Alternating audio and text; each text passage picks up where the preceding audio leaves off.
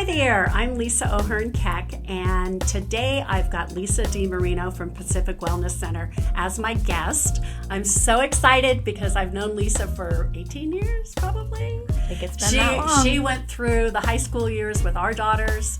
She's gone through the high school years with her two boys, and she's been at Palo Alto Prep, and we're so grateful. She has Pacific Wellness Center, which is her private practice, but she's been at Palo Alto Prep. And today we're thinking we'd talk a little bit about school avoidance, anxiety, all those fun things that we kind of see more and more of that all the time. It's kind of crazy. I think this is such a great topic for us to talk about because, as you said, in 18 years, we started 18 years ago with me doing one girls group at Palo Alto Prep once a week.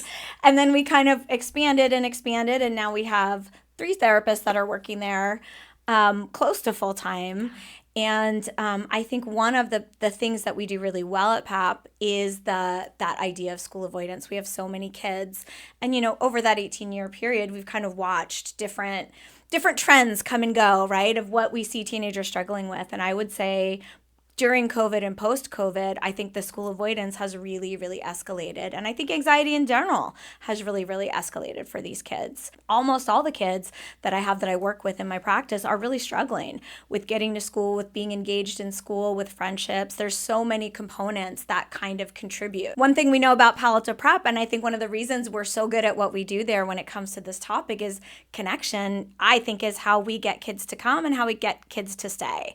And we have the luxury of being a really small kind of environment where the kids do know the teachers and they do know their peers. And we've got dogs. And there's lots of dogs. So on the worst day, you get dogs and treats, right? We also have a lot of treats. Some hot chocolate and here's a dog. So we have a little bit of a built-in system that I think we did develop over time that we know is really helpful for kids.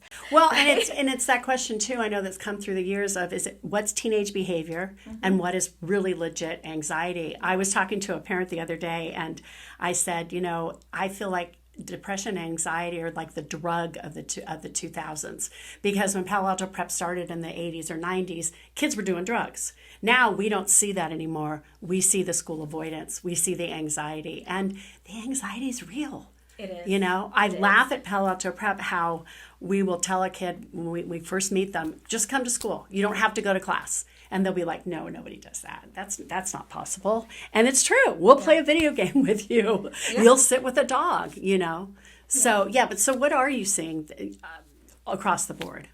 I think we have a lot of kids. I think one of the things when you're talking about anxiety, and you kind of were mentioning that like teenage behavior versus anxiety, I kind of think they're the same, right? I think teenage behavior is teenage behavior because you have kids that are new adults in some ways. They have adult level responsibilities. They have adult relationships. They're having to deal with adult issues with zero experience, which is really anxiety provoking, right? And I think that that's always been part of, what goes on in, the teenage world. And of course there's brain development and there's like a whole bunch of other things, stages of maturity and social skills and all these things that contribute to that. But I really think that primarily when we're looking at anxiety, it's a scary time, right? And I think a lot of kids, I remember feeling like everybody else kind of knows what they're doing and I'm the one that doesn't, right? And I think that it's, all kids are feeling that way. And so I think first looking at the anxiety and saying it's manifesting very frequently in school avoidance because that's kind of where they show up and where they feel seen. And if they're feeling seen in a good way, which I think is something that we're really good at doing at PAP, very good. Then it's a lot easier to be there. I think that when we're looking at really what are the causes, we're probably going to see some that are across the board in kids, like anxiety, but there may be really specifics of what specifically is hard for you or what specifically is scary for you. And so I think that's a really good thing to look at when you're a parent dealing with a kid that's having a hard time getting to school. What's going on? Right? There's probably some pretty specific things that the student is thinking about and worried about. And a lot of times those are solvable problems, right? But as we know, being a new adult, a new young adult, teenagers don't always have that same level of problem solving skills. No. So things get blown up. Right, of course. And, one of the things about being a teenager is you really feel like everyone's looking at you, right? You're kind of the center of the world. And so when you're feeling like, I don't feel so great about myself, I don't feel so great about how I'm showing up, I'm making the assumption that everybody else is viewing me in that light. Right. Maybe even my parents, right? So sometimes it's really the hardest part may be getting a kid to talk to you about what's going on. So I would say, you know, communication is a really good place to start, right? If you can have a neutral face, if you can have a neutral tone, and as a New York Italian, I know that that's hard. For me, the best conversations used to be driving in the car. Yeah. Like when you're in that car and they're sitting there and they don't feel like you're talking to them. Right. Well, I mean, it's actually what you did for years as a therapist at Palo Alto Prep was walk. Yeah. I mean, you talk about treats. I laugh because all those years it's like, do you want Starbucks? Do you want In-N-Out? Yeah. But I mean, that's where you get, they feel comfortable. It's not like, oh my God, I'm sitting here with this therapist and the therapist is staring at me, you know? So that's what do you, I mean, I know what we do at Palo Alto Prep. I know that we just make it super safe. They have breathing room. I know that we allow students, like I said, to come in and, you know, I'll say, sit on your phone for an hour and listen to music. I don't care. Yeah. And they're like, no, that you won't. So we make it very safe. Right. I guess overall, though, in other environments, what can a parent do? How do you work with a school? You know, again, how do you know when to push them and how do you know when to back off? Because we see a lot of parents, and sorry parents, but we see a lot of parents who are like, oh, they're home playing video games, and you know they threaten whatever if we make them go to school. Yeah. So how do you start to navigate that? The very first concrete piece of advice I would give is the shortest amount of time, right? Get them in the building. And one thing that I will say is a lot of times I think there's a pattern where a kid will get sick. Like there'll be an actual, something will happen. I got an injury, I had a surgery, I got sick, and I missed a day, a 2, a week of school. And that transition back is often where a lot of that avoidance starts. The caveat to that is you really need to be working with your school. I think every school has some kind of system. They've got counselors, they've got assistant principals, they've got, you know, behavioralists, they've got a system that you're not the first kid. You're not the first family. You're not the first person that they've dealt with this. So I would say really try to form a team with your school. As I kind of mentioned earlier, looking at what are the specifics. Are there specific problems that we can identify and solve? And just then, kind of chipping away at it. Kind of looking at each of the things. And I would say the other thing is connecting, right? And in any community that you enter, as a kid or an adult, quite frankly, connection is what makes it feel fulfilling. It what makes you get the best out of it.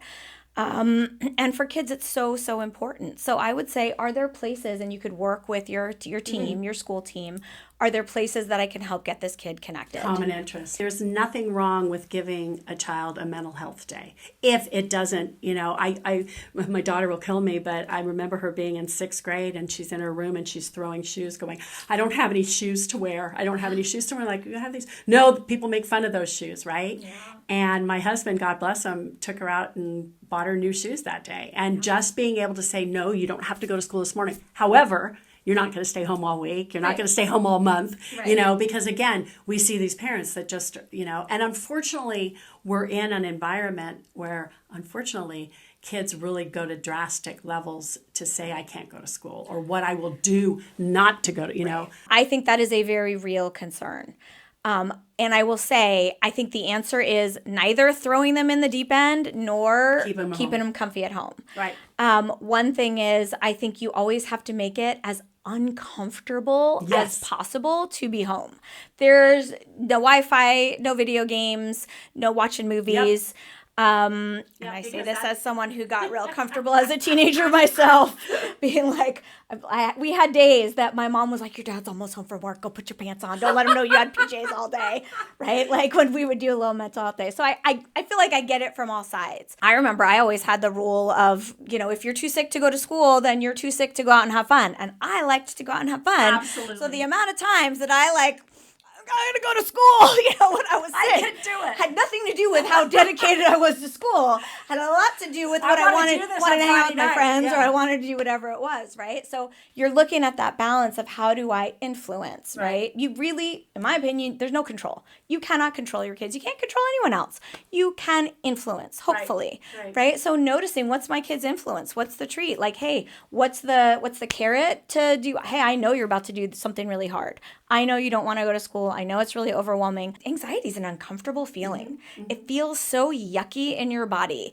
that it's real easy to scroll, to go on, YouTube, to watch a movie, to watch a show, to kind of check out from having to experience this discomfort, right? And so that's kind of like becomes this cycle that's real rough for everybody. So I would say like having things where you're encouraging them to address that anxiety and giving them some tools and skills to work with it. Thank you. I think this is the beginning of many conversations. Well, I'm happy. I'm a yapper.